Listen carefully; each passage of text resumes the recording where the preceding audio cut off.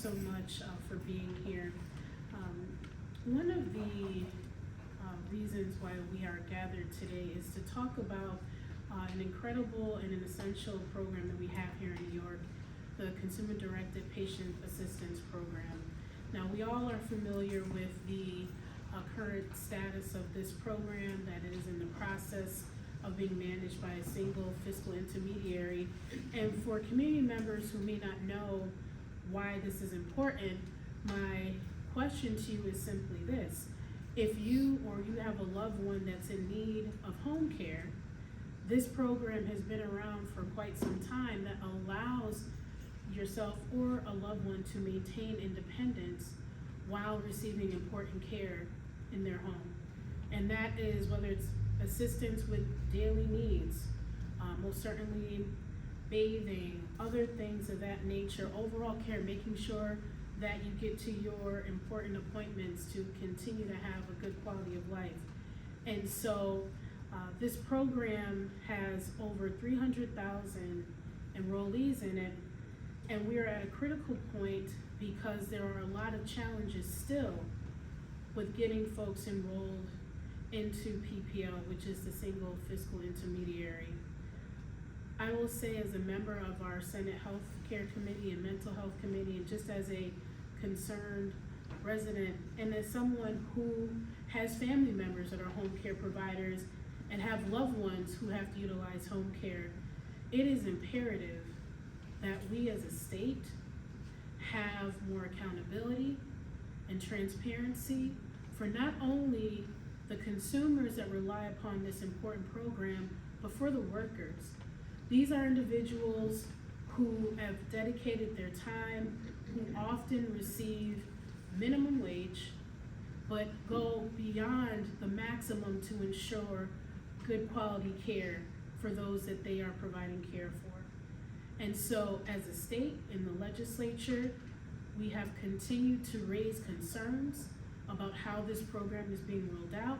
And in fact, we have been pushing for more guardrails because of the emails, phone calls, and most certainly letters that we receive from consumers and workers who are still experiencing challenges when enrolling in this essential healthcare program.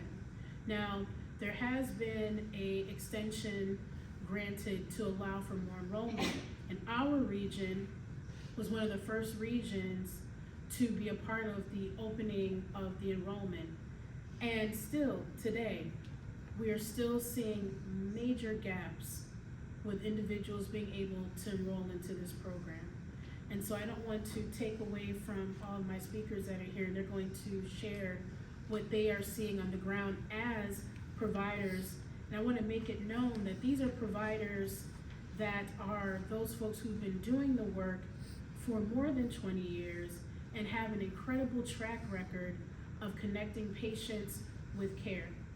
And unfortunately, because of some bad actors in the system, there are a lot more gaps being created, and this is why, as a state legislature, we are continuing to push for more transparency, more accountability for this vital program that is literally helping to save more than 300,000 New York State residents' lives and impacting that many more who are workers.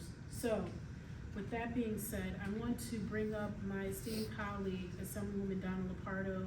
Her and I have been championing these measures to make sure that this essential program that impacts so many people in our state does not create further gaps for individuals and their families who rely upon this care. Please join me in welcoming New York State Assemblywoman Donna Lupardo.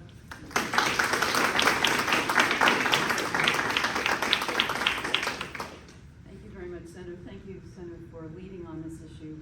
Also, thank you for gathering everyone together to talk about how important this is. We're talking about the Consumer-Directed Personal Assistance Program, correct? Imagine that we have almost 300,000 people relying on this program with 425,000 personal assistants involved in their care. That's a very large number of people. The shift of this program to a single fiscal intermediary has lacked coordination from the very beginning.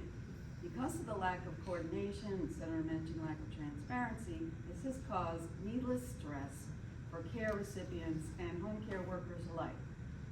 There was a lot of misinformation at the beginning, there was a lot of fear, a lot of confusion, and it seemed that the group that had been assigned to take over this fiscal intermediary really underestimated the amount of stress that was being created. They really downplayed it, to be honest with you, which was offensive to a lot of us who felt that the folks involved in this program deserved better.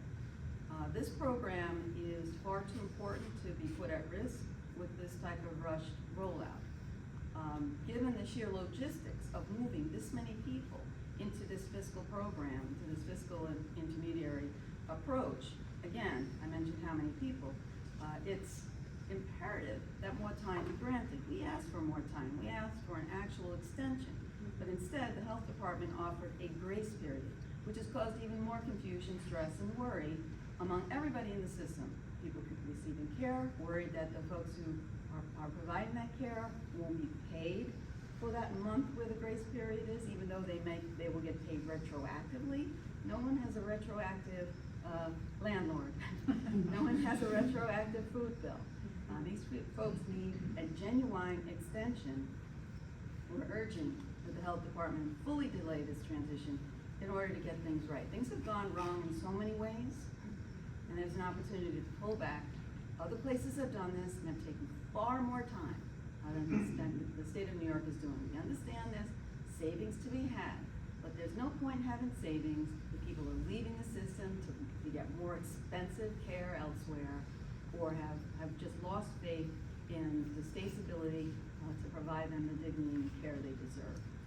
So I appreciate your asking me to say a few words. We are going to be in the fight with you here. Certainly we value the Southern Tier Independent Center, have done for a very, very long time. We aim to be very strong partners and working with Senator Webb and have a good team working for you. With that, Senator? Thank you, Thank you. Senator Pardo. As I said earlier, that our offices receive phone calls, emails, letters from constituents across the district, and we have providers who have been doing this work on the ground for a long time, and so we asked them to speak today about what they are seeing, what they're hearing from consumers as they are also trying to help folks enroll in this new program. So my first provider in the district I'm going to have speak is Jennifer Watson. Jennifer is the Executive Director of the Southern Tier Independent Center, and thank you, Jennifer, for allowing us to host today's press conference here. Please join me in welcoming Jennifer Watson.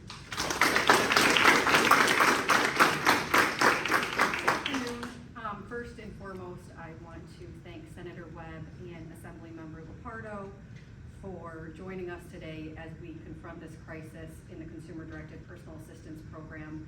Both have been steadfast allies in this fight.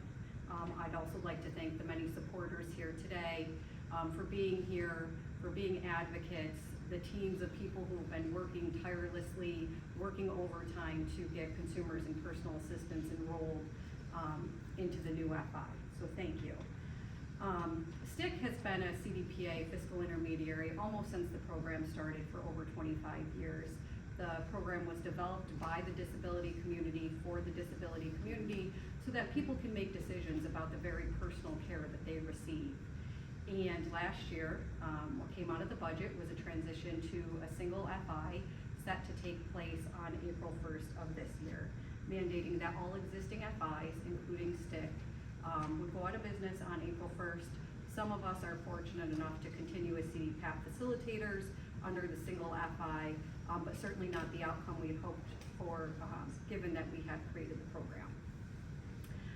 STIC, along with independent living centers across the state, some of whom are here today, Finger Lakes Independent Living Center, Action Toward Independence, have been sharing our concerns about this transition from the beginning, letting the state know what sort of chaos would ensue if we continued on this path.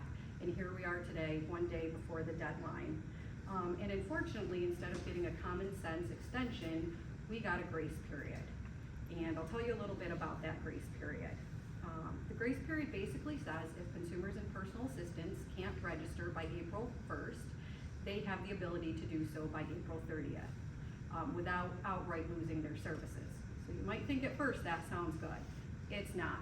Essentially what the state is asking personal assistants in this program to do is work for up to 1 month without pay and then hope that they get retroactively paid after they complete their registration. So you might have the same questions that I do about this grace period. How will these people cover rent, mortgages in the meantime? How will they pay for groceries? How will they pay for gas to get to their jobs? Many of the people working in this program make minimum wage, they live paycheck to paycheck. Many of them, like you and I, cannot afford to go a month without pay. And ultimately, when they have to make the difficult decision whether or not to continue to work without pay and support their consumers or find work elsewhere and leave the workforce, that is going to leave people with disabilities high and dry. They're going to end up in emergency rooms, hospitalized, institutionalized, or honestly, worse. It's not a grace period. This is not an extension. It's a bureaucratic setup that shifts responsibility to innocent people who cannot meet an unrealistic deadline through a difficult transition process. It's not fair. The Commissioner of Health and the Governor have both promised that people will not lose services during this transition.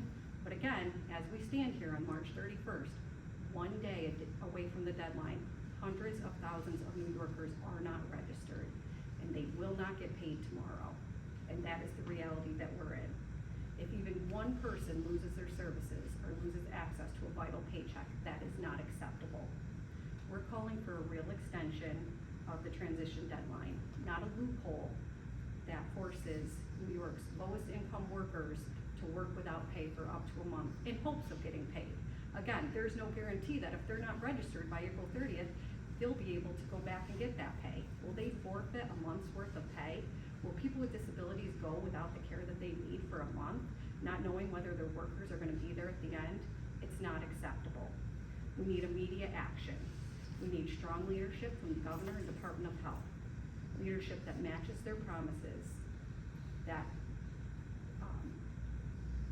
respects the dignity of people with disabilities and respects the basic human right for fair pay for a fair day's work. And that's what we're asking for, because we've been here since January, helping our consumers, personal assistants, other people in the community who weren't served by STIC prior to this transition, try to make it through the process, and it's not working.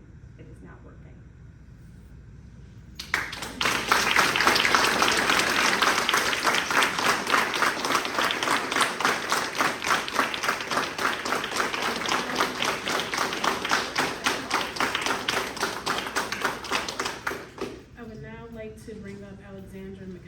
Executive Director of Portland County's Independent Living Center, Access Independence. Again, this is an issue that's impacting providers all over Senate District 52 and again, and the state, and it's important for folks to hear what is happening on the ground in real time. Please join me in welcoming Alexandra.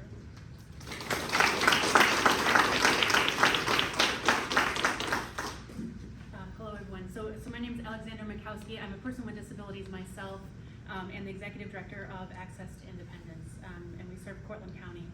And we have an up close and personal relationship with those who are struggling to get through this process, to see how devastatingly rushed it has been. And we have staff who are consumers for CDPAP. And we have so many calls from panicked aides and panicked people that are really wondering, what are they gonna do tomorrow? We've been to Albany way too many times to win any press conference. We're not a fiscal intermediary, but we care about the people that are gonna be impacted, the consumers, the staff, and also the agencies. We have many consumers that think they're set tomorrow, and then just one today got a call saying, well, you're not actually set. You probably won't have an aide starting tomorrow. CDPAP is a vital service that helps people with disabilities live in the community using a lower cost service and experiencing higher independence in managing their own lives. We're all one bad moment away from needing help like this ourselves. I want to thank CAPCO, STIC, and FLIC for their valiant efforts in this program for decades. It is disheartening and woefully inadequate to hear statements from the New York State Commissioner of Health and other government officials suggesting that the delays are the current FI's fault. Most of the FIs are human services, nonprofit agencies that many lose money trying to do this program while trying to support the most vulnerable people in our community. These organizations have been working overtime to assist consumers with a transition driven by genuine care and the desire to support those we serve. Thank you.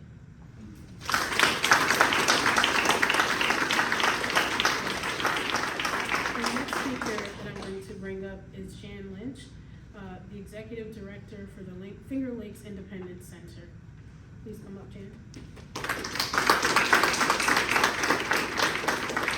Hi, it's good to see you all here today, and I first want to thank Senator Webb for calling this conference because it's such an important topic, and while the state seems to act like we're done at this point or close to it, it's far from done. We have hired extra staff to help people sign up, and it still is a nightmare. There's delays, the system completely breaks down at times, and calls aren't returned. Calls are, you can put in for a call back and they never call back. You get different advice from the 2,000 workers they've hired. This is PPL hired this many workers to try to help, and they weren't all New York State workers either. They aren't all New York State workers, so I take issue with that it wasn't kept as a state service as it has been all along. We started back when CDPAP, the service started, and that was in approximately 1996 when we got a grant to start trying this out. And it has grown. The governor is correct that it's grown quite a bit, but that's because it's a great service.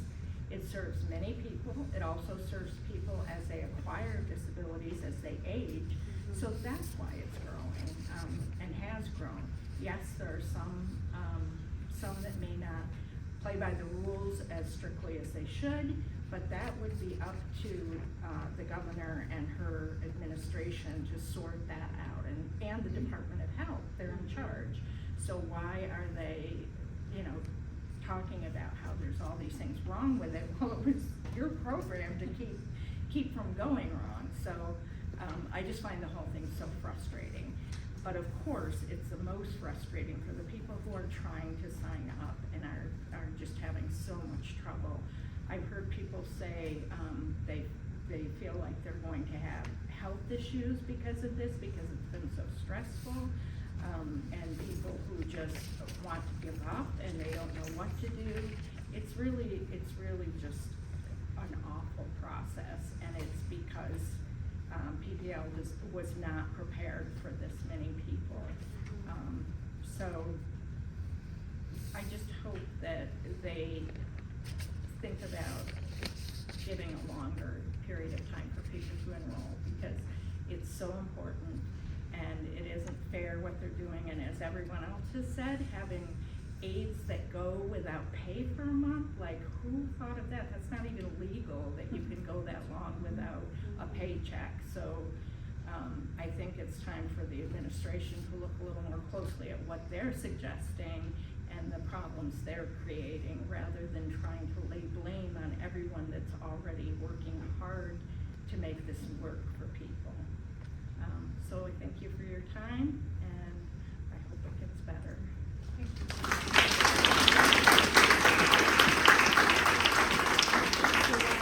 Our final speaker, Michael Eastman, is going to be providing a testimony from Matthew Husar, who is someone who currently utilizes this program, and Michael is going to share what Matthew has been experiencing during this transition time. So please join me in welcoming Michael Eastman.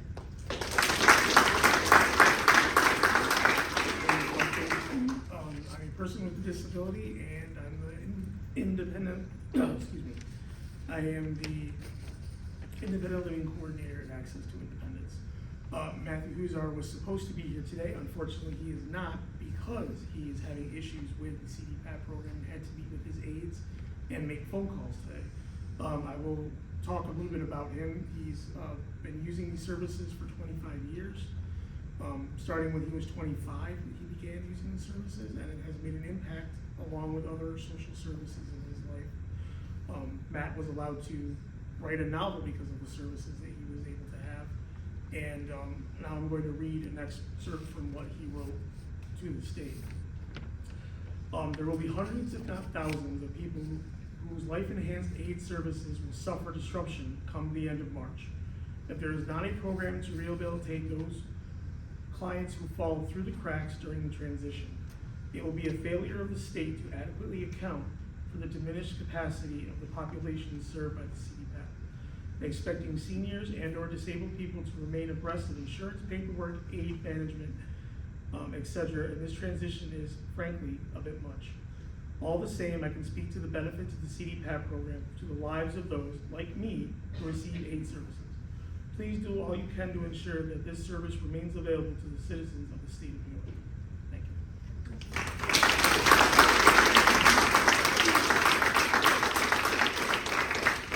So again, as it has been shared, this is a program that has real impact in real time on real people.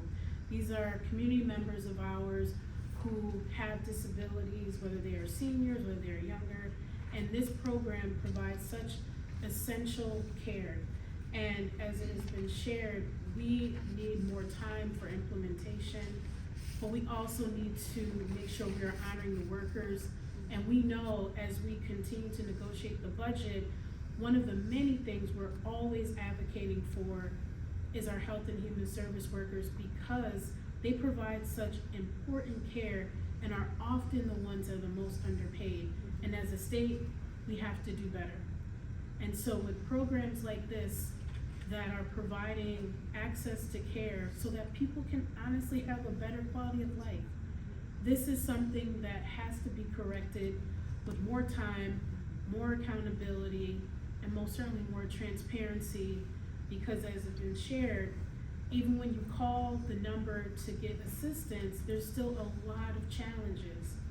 And so it is imperative that we take all the steps we can to make sure that for anyone that utilizes this program, that their lives are made better and not worsened because of this public policy decision. Thank you all so much for being here.